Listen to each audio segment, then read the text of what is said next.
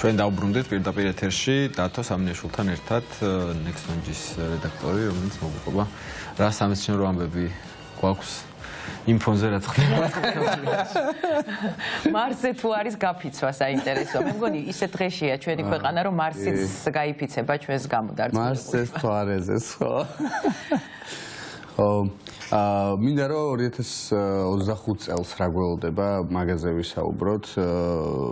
ჩვენ წელი შევაჯამეთ 2024 როგორ მინდა ვინმე მითხრას რა ელოდება ჩემს ქვეყანას 2025 წელს. გამარჯვება და მხოლოდ გამარჯვება. კი, გამარჯვება უნდა გველოდებოდეს და სხვა მხრივადაც ზოგადად კაცობრიობასაც გამარჯვება უნდა გველოდებოდეს, მაგის იმედი გვაქვს ზოგადადაც, იმიტომ რომ თუ პროგრესი არ იყო, საბოლოო ჯამში ყველაფერზე აისახება ხო მაინც უდად და ამ ხრივ რა ვიცი, მეცნიერების ხრივ ზოგადად ოპტიმისტურად ვართ, იმიტომ რომ არის რაღაცა კოსმოსური მისიები ჩანიშნული, რომელმაც გვაქვს იმედი, რომ უნდა შეცვალოს ზოგადად კაცობრიობის ბედი. მათ შორის მთვარის მისიებზე, იმიტომ რომ ჩვენ გვისაუბრია არტემისის მისიები გვიხსენებია, რომელიც გვპირდება, რომ ადამიანს დააბრუნებს ხო მთვარეზე და ეს ნიშნავს იმას, რომ 70-ში იყო ბოლოს მე მგონი ადამიანს დაჯდა და მაგის შემდეგ პირველად მოხდება, რომ ადამიანი დაბრუნდება მთვარეზე, მაგრამ ძალიან საინტერესო ამის ხდება ხა მზადება. არტემისის მისიები ანუ 2-სა და 3-ს ველოდებით 25-ის შემდეგ უკვე, მაგრამ დღეს ხდება ძალიან კომპლექსური პროცესები. მაგალითად 2025 წელი გამორჩეული იმისთვის იქნება ამ ხრივ, რომ აქ გაიგზავნება ხა სპეციალური მისიები, რომლებიც უნდა იპოვონ ყინული.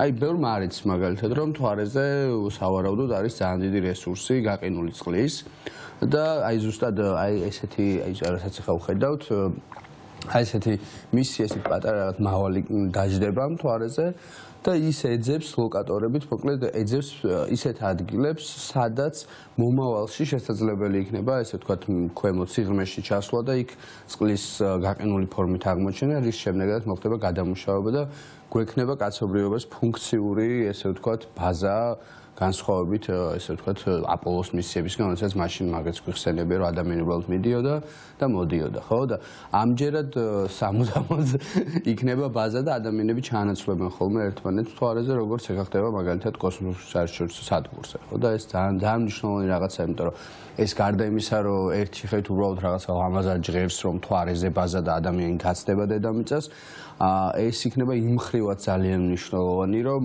იქ იქნება ისეთი ექსპერიმენტების ჩატარება, ხო, ლაბორატორიების, მათ შორის ქარხნების და საწარმოების, რომლებიც დღეს მაგალითად შეიძლება აბინძურებდნენ, ესე ვთქვათ, დედამიწის კლიმატზე ცუდად მოქმედებდეს და მთვარეზე ესეთი მისიები იქნება, რაც ძალიან მნიშვნელოვანია, ამიტომ 2025 წელს მარტო ამის გამოშვება დაველოდოთ. ესეთ სერიალი არის თუ გსმენთ For All Mankind. ესე ქვია სერიალ, სადაც ძალიან ხატრული ფილმი არის, სადაც ძალიან დეტალურად არის სხვა შორის მომავალი ნაჩვენები, როგორ აითვისებს კაცობრიობა მთვარეს და აი ამ მისიას რო უყურებ, ზუსტად ესე იწყება იქაც რა, დაახლოებით წინასწარ იგზავნება ეს ეძებენ სტოვარი. ხო, სტოვარი, კი, რომელიც ეძებს ამ რესურსებს და უკვე ამ რესურსების აღმოჩენის შემდეგ მოკლედ ხდება დამუშავება, უნდა მოხდეს დამუშავება და იქ ექნება თავის წყალი, რაც ძალიან საინტერესო მნიშვნელოვანი და ბევრმა არ იცის, რა ვიცი, დღეს რო გააჩერდა კითხო, ძალიან ცოტა მიცეს შეება მთვარეზე წყალი იყოს რა. რაც შეეხება როგორ შეიძლება იყოს და როგორ უნდა მომხდარიყო, არის ერთ-ერთი ვერსია, რომ ისე დაახლოებით როგორც ვარაუდობთ დედამიწაზე, ანუ ასტეროიდები, ვიცით რომ გაყინული ფორმით ატარებენ წყალს და ოდესაც ისინი ეშვებიან, შემდეგ იქ მიიტანენ ხოლმე. ეს არის დაახლოებით როგორც წარმოგვიდგენია ვიზუალური მხარით რომ დავინახოთ, როგორც წარმოგვიდგენია, მოკლედ რო აღმოაჩენს ეს ჩვენი სტოვარი, როგორც შევთქვი, მთვარეზე იმ რესურსებს, სადაც შეიძლება წყალი იყოს რა და მაგას მოკლედ ძალიან შეველოდებით. კიდე ძალიან მნიშვნელოვანი მისია იქნება SpaceX-ის მხრივ, ანუ მაგას გვისაუბრია, ეს არის Elon Musk-ის კომპანია, რომელმაც ადამიანი უნდა წაიყვანოს მთვარეზეც, მარსზეც და ეხლა იქნება ძალიან მაგარი რაღაცა წელს გვქნება ესეცა. ჩვენ ვნახეთ 2024-ში ეს გამშვები როგორ დაბრუნდა, ხო? და ეხლა უნდა იყოს ძალიან საინტერესო მისია. ჩვენ ვნახავთ დაბალ ორბიტაზე, როგორ ერთი იმიდან მეორე კოსმოსს როგორ გადააქვთ საწვავი. რაც ძალიან ლამაზი სანახაობა იქნება და მაგას საოცრად უნდა დავავალოთ. საიდან გადააქვთ?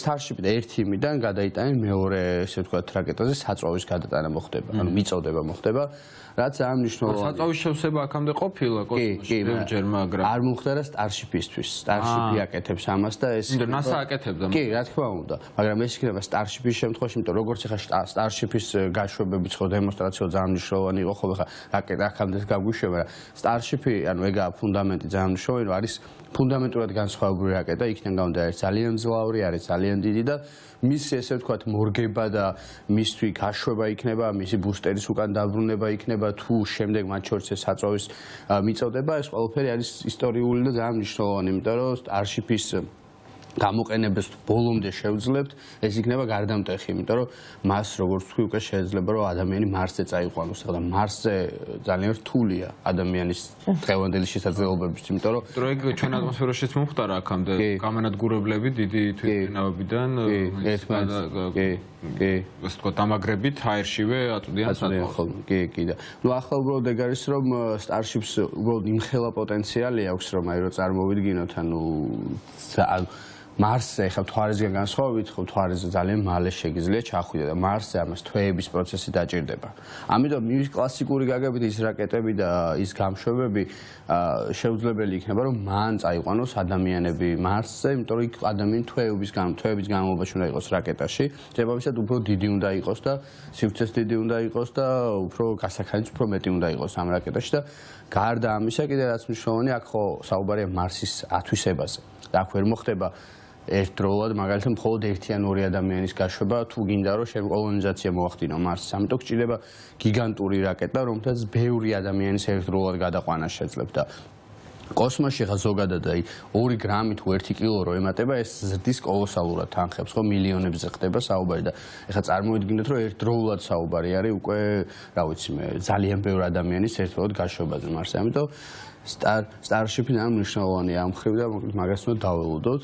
ძალიან დიდ განტოლებაში ერთი ცვლადი რო შეცვალო, რაღაც რამდენიმე გრამით თლიანი განტოლება იცვლება. ხო, ან ძალიან ციფრები, ძალიან სუფთა მათემატიკა არის, ოდესაც საუბრობთ, ესე ვთქვათ, რაღაც ტვირთის წაღებაზე რა და ამიტომ სხვაჩერს ფილმებში ხოლმე ძალიან რამდენი სამეცნიერო ფანტასტიკის ფილმში მინახავს, ერთ-ერთი იყო მაგალითად რაღაც ფილმს უყურებდი და თვითონ ისე აქვს ბაზა აქვს თუ არ მეშლება რაღაც Mars-თან რა და აქ იყო ეს სენსაციო ელემენტი, რომ თვითონ კონტრაბანდას აგზავნიან ესენი რა ვიღაცები ქვემოდან და დედამიწიდან უბრალოდ და იქ ჩუმად იგზავნება მოკლედ მთელი რაღაც ტონობით კონტრაბანდა რა და თვითონ ჩუმად დებენ ამ რაკეტაში რა რაღაც ბალონების ქვემოთ რა და ნუ ეგ უბრალოდ და სასაცილო იყო ხა მაგას გამახსენდა საერთოდ თითო კილოზე არის საუბარი ფილმში არ ვიცი რატო არ და მაშინ Space Force-ი არ არსებობდა და ალბათ არ ვიცი რომ წარმოიდგინეს რომ რატომაც ვიღაცა შეიძლება ტონობით ჩუმად ჩადოს რაკეტაში რაღაცა როცა ხო კიდევ ამბობ თითო კილოსაც მნიშვნელობა აქვს ან დიდი რა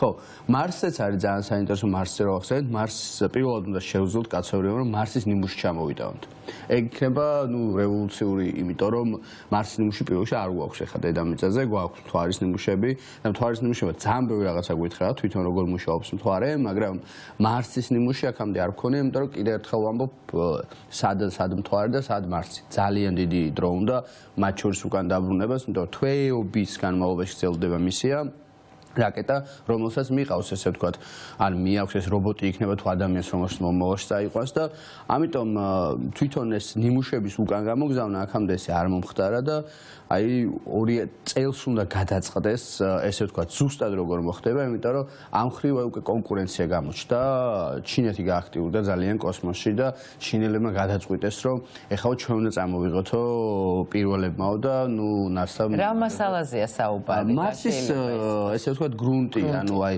ხო კლდის ნიმუშები, რომლებიც აუცილებლად უზრფასესი რაღაცა იქნება, როცა ჩამოდი, იმიტომ რომ მისი შესწავლა შენ მოგცემს ძალიან ბევრი რაღაცის საშუალებას, იმიტომ რომ ერთია ეხლა ჩვენ იქ გავაგზავნოთ მავალი, გავაგზავნოთ რობოტი, რომელიც იღებს ამ ნიმუშებს, იქ აანალიზებს ინფორმაციას, აგზავნის, მაგრამ მეორეა რომ შენ აქ ჩამოიტანო და ძალიან ღრმად და კომპლექსურად შეისწავლო ეს ნიმუშები.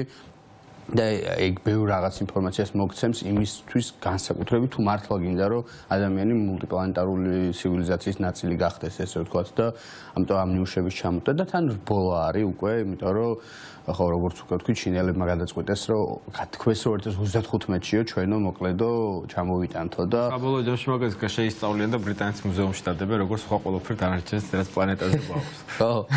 და პირამიდები ეგვიპტეში რატო არის? როგორ? პირამიდები ეგვიპტეში რატო იცი? იმიტომ რომ ბრიტანეთის მუზეუმში არ დაეტია. ყველაფერი იქ არის. აკროპოლისის რაღაც ნაწილი. კი, მართალია. მე რა ხა მარსიც ედება. ხო არა, ეგ ნიმუშები სადღაც აუცილებლად შეინახავენ საბოლოო ჯამში. მათ შორის შეიძლება მართლა შეინახონ, მან არ არის გამორიცხული კი. მაგრამ მოკლედ NASA-მ გადაწყვიტა დააჩქაროს ეს პროცესი, იმიტომ რომ როგორც კიდე ერთხელ ვთქვი, 2035-ში არის გადაწყვიტა ჩინეთმა მარსი და NASA არ ჩქარობდა, გადაწყვეტილი ქონდა 2040-ში ჩამოვიტანოთ, იმიტომ რომ ერთ შეხედვით ახლა საუბარი ეს აი ვიზუალურად არის დაახლოებით აი ამ ხელა კოლბებში. ესეთი მავალია, რომელმაც აიღო ესენი დააგროვა და შეინახა. და აი ამ ხელა რაღაცაში არის პატარაზე ჩაყრილი ხა ესენი რა და აი ამ პატარა რაღაცის ჩამოტანა დაждდება 11 მილიარდიო ამბობენ. ანუ საკმაოდ ძვირი. და NASA მაგის გამო გადაწია 2040-მდე ველოდებოით ამას, მაგრამ რადგან ჩინეთი ჩაერთო რბოლაში NASA-მ გადაწყვიტა ითამაშოს ილონ მასკთან და ჯეფ ბეზოსთან და რომელიც მოკლედ უკეთეს იმას შესთავაზებს. დიდი იმედი გვაქვს რომ 2030-იანის დასაწყისში NASA უკვე ჩამოიტანს ამ იმას და ნახოთ, არ ვიცი მე, მაგრამ ძალიან მაინტერესებს თვითონ ეს მასალა რო ჩამოვა რა შედეგებს მივიღებთ ამ მხრივ და მაგასაც რავი ნამდვილად შეგვიძლია ხო, ჯეფ ბეზოსის ასპირაციებით საინტერესოა რომ ჩაერთო რაღაც ამ კოსმოსურ ამბებში რა. Origin-ი მაგას. რომ მოუყვეთ მოყურებელს ერთი ორი ეგრეთ საინტერესო იქნება. ჯეფ ბეზოსი Amazon-ის ფლობელი, შემქმნელი. კი ბატონო და მასკის კონკურენტი როგორც კოსმოსში, ზოგადადაც ესე ვთქვათ, ფულის რაოდენობაში, იმიტომ რომ ერთმანეთს ანაცვლებენ ხოლმე ეს ადამიანი ბოლო წლებში, ანუ იყო პერიოდი, როდესაც ჯეფ ბეზოსი იყო დედამიწის ყველაზე მდიდარი ადამიანი. ერეცოლს გაშორდა წაიღო თომა რაღაც წილი ნამდვილად და ხო და რაც შეეხება ხა ჯეფ ბეზოს არა აქვს ისეთი მძლავრი კომპანია კოსმოსისათვის როგორიც არის SpaceX, იმიტომ რომ SpaceX-ი უსწრებს გამოცდილებით და ბევრი წლით. ანუ ბევრად ადრე დაიწყო მასკმა. მასკს ჰქონდა ისეთი რაღაცები, რაც ჯეფ ბეზოს კომპანიას Blue Origin-ს არა აქვს, მათ შორის ხა ეს გულისხმობ გამშვები, რომელიც უკან ბრუნდება, ძალიან ბევრი რაღაცა, მაგრამ ჯეფ ბეზოსმა მეორეს მხრივ აიღო თავისი ნიშა დაიჭირა, რომელსაც ძალიან კარგად აკეთებს. მათ შორის ეს შეიძლება იყოს კოსმოსური ტურიზმი და მათ შორის ბოლო კონტრაქტები, რომელსაც ახლა ესე ვთქვათ, ცდილობს გააფორმოს NASA-სთან. სხვა შორის ჯეფ ბეზოსი ძალიან ეჭვიანობდა კიდევაც მასკზე და NASA-ზე და უჩიულა კიდევაც მასკს უჩიულა იმის გამო, რომ იქო NASA-მო რაღაცებიო, მოკლედო არასწორედო დააპრიორიტეტესო. მასკისგან განსხვავებით თვითონაც ნამყოფია კოსმოსში. თვითონაც არის ნამყოფი კი თავისივე მისიის ნამდვილად. ჯეფ ბეზოსი ძალიან საინტერესო კაცია და ყველა ხუმრობს ხოლმე სხვა შორის მის ძველი ფოტოები რო ნახო, როდესაც არის 30-იან წლებში დაახლოებით და იონაერად გამოიყურება. უკეთესად გამოიყურება რა და მაგაზე ხუმრობს ხოლმე ხალხი რომ ხო რა რას შვება ფულიო რა ანუ ადამიანი რომელიც 30-იან წლებში უფრო რაღაც ილონ მასკი ცხოთის შორის. მასკიც კი მასკმა საერთოდ twin მეც კი twin ნამდვილად წაიღო მაგრამ თმები გადაინერგა ხო ოღონდ ისე რომ ვერ ფიქრობ რომ გადავიდა. ეხლა გისმენთ სულ ვფიქრობ იმაზე რომ რა უცნაურია რომ როდესაც ესეთ კოსმოსზე მარსზე ლაპარაკობ რაღაცნაირად აღიქმები რომ ხარ მართლა ერთი პატარა ჭანჭიკი ამ სამყაროში და რას ვითხოვთ ეს ქვეყანა რას ითხოვს თავისუფლებას და ითხოვს რომ ყველა ადამიანმა რამდენად მნიშვნელოვანი არის ჩვენ ერთხელ ვიბადებით და მოვლენილი ადამიანის არსებობა ზოგადად დედამიწაზე რამდენად მნიშვნელოვანია. რამდენი რამის გაკეთება შეუძლია ადამიანს. არა, რამდენი რამის გაკეთება შეუძლია ადამიანს და ვითხოვთ იმას, რომ ყველა ადამიანმა თავისი საქმე აკეთოს, იმიტომ რომ იმ ქვეყანაში, რომელიც გვიყვარს, რაღაცნაირად სრულფასოვნად ვიცხოვროთ და არ ვიყოთ დამოკიდებული და არ ვიცხოვროთ ისე, როგორც უნდა ერთ გაზულუქებულ მდიდარ ადამიანს და რამდენს ბედავს ეს ადამიანი და რაზე ვერ ვთანხმდებით რომ ჩვენ არ გვინდა ამ მონობაში ცხოვრობა, არ გვინდა ამ რუსეთის იმპერიის რაღაცა პატარა გუბერნია ვიყოთ და გვინდა ვიყოთ განვითარებული ქვეყანა. აი საოცრებაა რა, რაზე გვიწევს დღეს საუბარი? განვითარებული სამყაროს ნაწილი და საოცრებაა რომ დღეს კიდევ აი ამდენი ფაქტურად 1 საუკუნის შემდეგ კიდევ იგივე რაღაცაზე გვიწევს საუბარი და ვერ დავიწყეთ განვითარება მეცნიერებაში, განათლებაში, არ ვიცი, ლიტერატურაში, კულტურაში ბევრი რამე გვაქვს გასაკეთებელი და ძალიან ბევრი რამე შეგვიძლია, იმიტომ რომ არ ვიქნები გადაჭარბებულად არ ვიტყვი, ქართველი ხალხი არის მართლა ნიჭიერი ადამიანი, ძალიან კრეატიულები არის და ბევრი რამის გაკეთება შეუძლიათ, უბრალოდ რაღაცნაირად დრო გვინდა ამისი და მოგვეცით ეს დრო და მოგვასვენო. ეს პრობლემაა, რომ ისტორიულადაც მაგ ჩრდილოეთ მეზობელს არასდროს არ აწყობდა აქეთ ამ ხარის განვითარება და მაგის ეშინია ყველაზე მეტად, მას უნდა განუვითარებელი ხალხი. თვითონ რო ვერ გთავაზობს, გინდაც იმასაც ახლა ვსაუბრობ, თვითონ რო არ არის ახლა დომინანტი მაგაში, რა თქმა უნდა, მას უნდა რომ ის ვის გავლენაშიც მოაქცევს, არ იყოს ამ ხრივ განვითარება და არ გახდეს იმის ნაწილი, ხო? და მის ამ ყველაფრის მიმართ გაუცხოება კონდეს, ხო? კონდეს გინდაც ფობიები, შიშები და რაღაც არასწორი. ამიტომაც ანადგურებდა საუკუნის წინაც ყველაზე ნიჭიერ და განვითარებულ ადამიანებს, რომ ყველაზე მეტად ეშინია აი ნიჭიერი, ლამაზი, ერთიანი ქვეყნის. ძალიან დიდი მადლობა დათო, საინტერესო ვოიაჟისთვის კოსმოსში. წარმატებები მინდა გისურვო, დაგემშვიდობები. დაგემშვიდობები, მშვიდობიან დღეს გისურვებთ ჩვენს მაყურებელსაც დავემშვიდობები და კიდევ ერთხელ მინდა შეგახსენოთ, რომ დღეს არის თეატრის, ქართული თეატრის დღე და 19 საათზე ახალ თეატრიდან იწყება ქართული თეატრის მარში, რომელიც შემდეგ წავა რუსთაველის თეატრამდე და ამ მარში მონაწილეობას მიიღებენ არა მხოლოდ თეატრის მსახიობები, რეჟისორები, ტექნიკური პერსონალი, არამედ ჩვენი მაყურებელი, რომლის იმედიც მაქვს და დღეს ჩვენ ძალიან ბევრი ვიქნებით და ასე ავღნიშნავთ ქართული თეატრის დღეს, რომელიც ყოველთვის იყო თავისუფლებისთვის ბრძოლის ავანგარდში. დაგემშვიდობები. ხვალ იფიცება საქართველოს 3 საათზე. ნამდვილად, მაგას კიდევ ხვალაც ვიტყვით. ხვალაც აუცილებლად ვიტყვით, მაგრამ დღესაც გავახსენოთ, რომ ხვალ იმდენისთვის მოემზადონ. დაგემშვიდობები, წარმატებულ დღეს გისურვებთ.